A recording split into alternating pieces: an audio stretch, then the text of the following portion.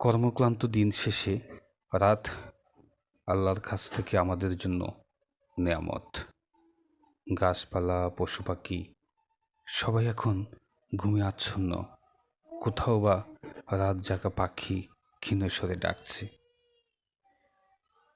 রাতের ঘুম আমাদের মস্তিষ্ককে পুনর্গঠন করে, যাতে আমরা আবার সক্রিয় হতে পারি। এই তন্দ্রা, এই ঘুম আল্লাহর কাছ থেকে আমাদের জন্য শ্রেষ্ঠ উপহার, শ্রেষ্ঠ নেয়ামত। ঘুমের মানুষ পৃথিবী থেকে একেবারে আলাদা হয়ে যায়।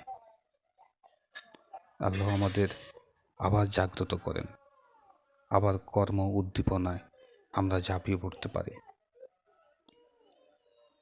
আল্লাহ মস্ত বড় কারিগর, যিনি আমাদের ঘুম নামক মৃত্যুর অর্ধ অবস্থা থেকে আবার পৃথিবীতে পাঠিয়ে দেন।